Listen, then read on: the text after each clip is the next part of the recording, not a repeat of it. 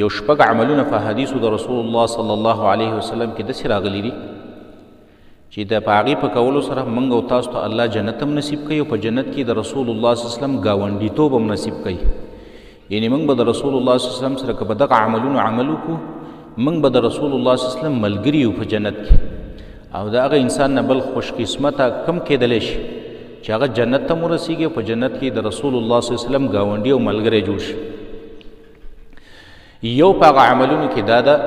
یو سړی دی وغله الله پاک دوه نونه ورکړي یا دوه خویندې یا د دې نه زیاتې، او دا سړی د هغې خیال ساتي، د هغې دیکبال کوي، د هغې پرورش کوي،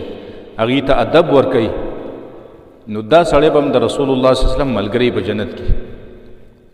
او دا په یو حدیث کې راځي عن انس رضی الله تعالی عنه ان النبي صلی الله علیه وسلم قال، انس رضی الله تعالی عنه فرمایي رسول الله صلی الله علیه وسلم فرمایلی دي من کان له اختان او ابنتان،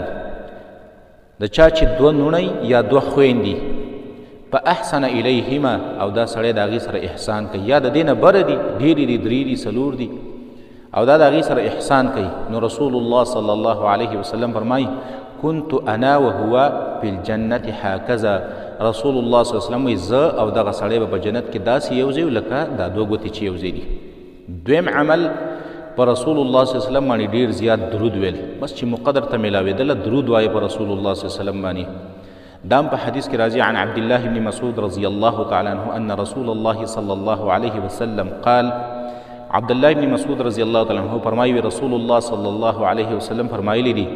چې اول الناس بي یوم القیامة اکثرهم علی صلاة،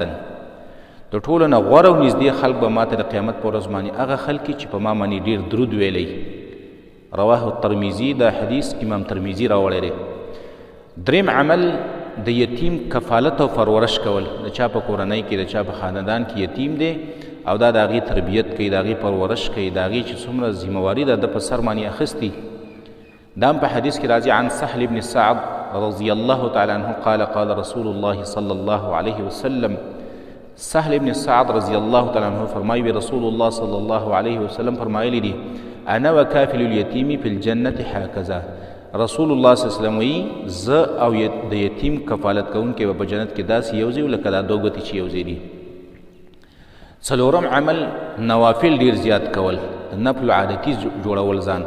چې بس د مقدر ته میلاویږي نفل کوه. دام په حدیث کې راځي عن ربيعة ابن كعب الاسلمي رضی الله تعالی عنه،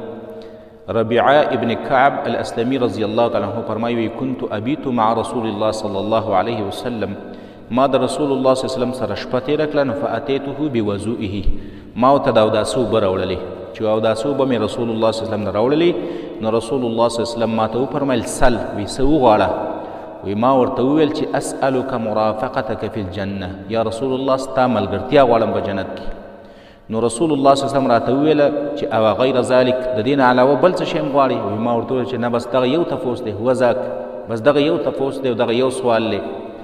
وی ما ته رسول الله صلی الله علیه وسلم وفرمایل چې فاعنی علی نفسک بکثرة السجود، ډېرې زیاتې سجدې لګوه. سجدو مقصد دا دی ډېر زیات نوافل کوه، منځونه کوه ډېر زیات نوافل. پنځم عمل اخلاق ښایسته کول، چا چې اخلاق ښایسته دا سړی به په جنت کې د رسول الله صلی الله علیه وسلم ملګری. او دا په حدیث کې راځي عن جابر رضی الله تعالی عنه ان رسول الله صلی الله علیه وسلم قال، جابر رضی الله تعالی عنه فرمایي رسول الله صلی الله علیه وسلم فرمایلی دي ان من احبکم الی واقربکم مني مجلسا یوم القیامة احاسنکم اخلاقا، رسول الله صلی الله علیه وسلم فرمایي د ټولو نه محبوب په تاسو کې ماته او د ټولو نه نږدې ماته په قیامت په ورځ باندې به هغه سړی چې د هغه اخلاق ښایسته وي، بد زبانه نه وي، بد مزاجه نه وي، بد کرداره نه وي. شپږم عمل د رسول الله صلی الله علیه وسلم سره محبت ساتل، د خپلو بچو نه، د خپلې بیبي نه، د خپل خاندان نه، د هر چا نه د زیاته مینه د رسول الله صلی الله علیه وسلم سره ساتل. دا عمل په جنت کې د رسول الله صلی الله علیه وسلم ملګرتیا نصیب کوي. او دا په حدیث کې راځي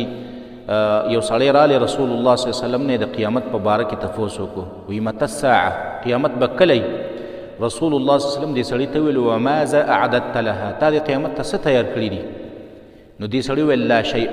هېڅ شی مې هم نه دی تیار کړی، الا انی احب الله ورسوله، صرف یو کار را پکې دی چې د الله او د الله د رسول سره مینه لرم. رسول الله صلی الله علیه وسلم دې سړي ته ویل چې انت مع من احببته، ته به په قیامت کې د هغه چا سره د چا سره چې ستا مینه ده، د رسول الله صلی الله علیه وسلم سره د مینه ده، د هغه سره د محبت ده، بس د هغه ملګری به په جنت کې.